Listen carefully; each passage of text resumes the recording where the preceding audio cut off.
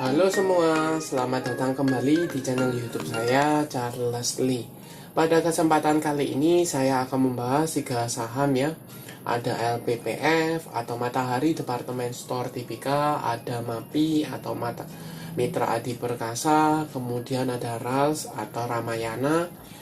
Kenapa saya bahas saham-saham ini? Karena menurut saya cukup berpotensi ya. Untuk LPPS contohnya itu dia mulai ada tanda-tanda dia break dari dinamis trendline-nya ya, seperti itu. Buat teman-teman yang baru pertama kali mampir ke channel YouTube saya ucapkan selamat datang, selamat menonton. Semoga informasi yang kami sampaikan melalui video-video yang kami buat bisa bermanfaat buat kawan-kawan semua untuk membantu pengambilan keputusan.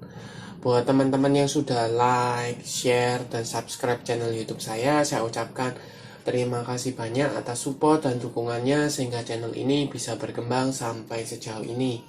Oke, tanpa berpanjang lebar kita langsung masuk ke pembahasan untuk saham yang pertama. Untuk saham yang pertama ada LPPF atau Matahari Department Store Tbk ya. Seperti yang tadi saya singgung di awal, ada potensi LPPF ini patah tren dari dinamis trendline-nya ya. Kalau teman-teman buat dinamis trendline-nya dengan menghubungkan dua titik terluar, ini ada potensi LPPF kemarin tanggal 7 Oktober itu dia break dari dinamis trendline-nya. Kemudian teman-teman bisa cek juga pada waktu tanggal 7 Oktober 2022 LPPF ini mengalami kenaikan cukup tinggi ya, 9,45% ke level 4.400 dan posisinya ini meretest 2 EMA sekaligus ya. EMA 50-nya di range antara 4.080-an, kemudian ada EMA 200-nya di 4.270 ya, di range tersebut. Nah, dia meretest 2 EMA tersebut ya. Seperti itu. Nah, apakah ini merupakan tanda bahwa LPPF ini ada perbalikan arah ya? Kalau sebelumnya dia cenderungnya downtrend hingga break dari EMA 200-nya, sekarang mulai ada perbalikan arah seperti itu. Kalau menurut saya teman-teman mungkin bisa masukkan ke watchlist untuk LPPF ya. Kenapa? Kalau dia misalnya mampu confirm di atas dari EMA 200-nya ya, dia menunjukkan confirm dua ya. Pertama, dia patah tren dari downtrendnya ini mulai patah, ada tanda-tanda mulai ada perbalikan.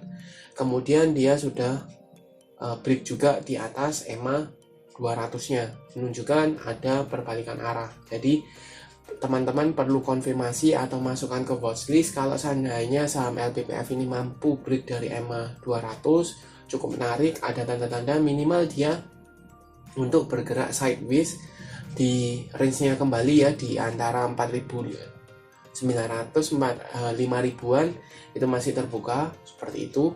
Kemudian kalau teman-teman lihat volumenya ya mengalami peningkatan seiring dengan kenaikannya ya. Jadi candlenya hijau disertai dengan penambahan volume. Kemudian garis MACD jelas mulai mengarah ke atas kembali. Menunjukkan apa? Mulai ada tekanan belinya atau dorongan belinya mulai ada. Kita coba cek broker summary-nya LPPF ya, selama 1 minggu ini jelas ada akumulasi masif ya oleh YU, BK, AI, KI, dan CD. Harga rata-rata pun masih di level 4.000-an ya. Paling mahal 4.300 oleh AI ya. Kalaupun 4.300 oleh AI ini pun sebenarnya sudah floating profit walaupun masih tipis. Tapi kalau seandainya di level 4.000 itu sudah floating profit ya. Seperti itu. Nah, kemana arah pergerakannya? Kalau seandainya confirm break, maka potensi ke 5.000 sampai dengan 5.200 itu masih terbuka dan teman-teman bisa hold. Karena apa? Karena dia sudah mulai ada tanda-tanda uptrend kembali. Itu untuk LPPF. Kemudian kita coba ke saham kedua, ada MAPI atau Mitra Adi Perkasa Tbk. Untuk MAPI sendiri tanggal 7 Oktober 2022 mengalami kenaikan ya 4,21% ke level 1115. Posisinya dia break kembali ya di atas resisten di 1080-nya ya. Jadi posisinya sempat break, kemudian dia retest gagal ya. Gagal bertahan, turun ke EMA 50-nya ya.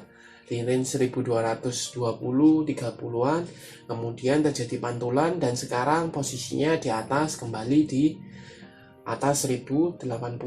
Volumenya pun kalau teman-teman cek ini volumenya ada ya, volumenya ada, garis MACD mulai mengarah ke atas ya, mulai mengarah ke atas, ada indikasi dia akan berpotongan seperti itu. Nah, kalau dilihat posisi EMA 50-nya ada di 1025, EMA 200-nya ada di 920. EMA 50 dan EMA 200 ini mulai mengarah ke atas ya. Seperti itu, jadi jelas ini trennya masih uptrend untuk MAPI. Kita coba cek broker summary-nya dari MAPI ya. MAPI 1 minggu ya, kita coba cek. Untuk MAPI sendiri ini dalam 1 minggu cenderungnya masih netral ya, tidak ada akumulasi maupun distribusi ya.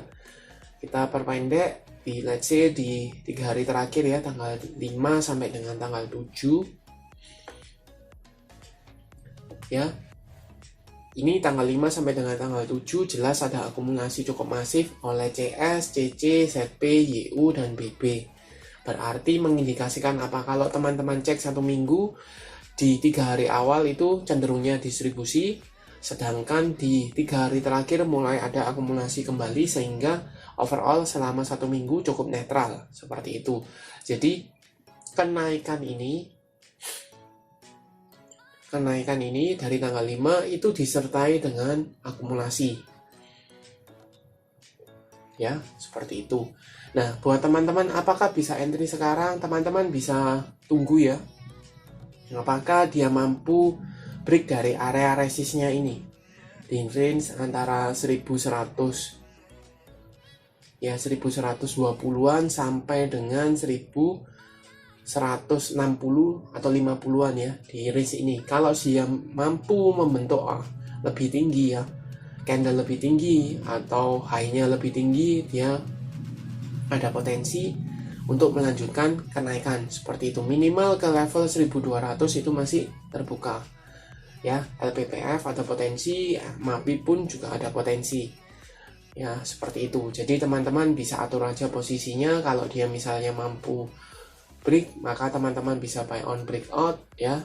Potensi masih uptrend, teman-teman bisa hold, atau teman-teman tunggu kembali di area resist sebelumnya ya, sekarang menjadi support di 1180 sampai dengan 1100-an di area sana ya, seperti itu. Kita lanjut ke saham ketiga, ada Ramayana atau RALS. Ramayana Lestari Sentosa. Nah, untuk RALS sendiri ini tanggal 7 Oktober 2022 ditutup stagnan ya, tetapi dengan candle merah seperti itu. Kalau dilihat secara tren dibandingkan dua rekanan yang lain ya, LPPF dan MAPI, secara tren ini masih kurang bagus ya untuk RALS. Kenapa? Karena dia di bawah EMA 50 dan EMA 200 ya. Untuk LPPF kan dia meretest 2 EMA, kemudian untuk MAPI kan dia jelas di atas EMA 50 dan EMA 200. Untuk RALS ini dia di bawah EMA 50 dan EMA 200, menunjukkan dia masih cenderungnya downtrend ya. Tetapi secara minor ini dia mulai tertahan dan membentuk sideways di range antara 600 sampai dengan level 550. Nah, buat teman-teman mungkin bisa spekulasi buy di area support ya, atau buy on weakness di area 550-an ya, di supportnya.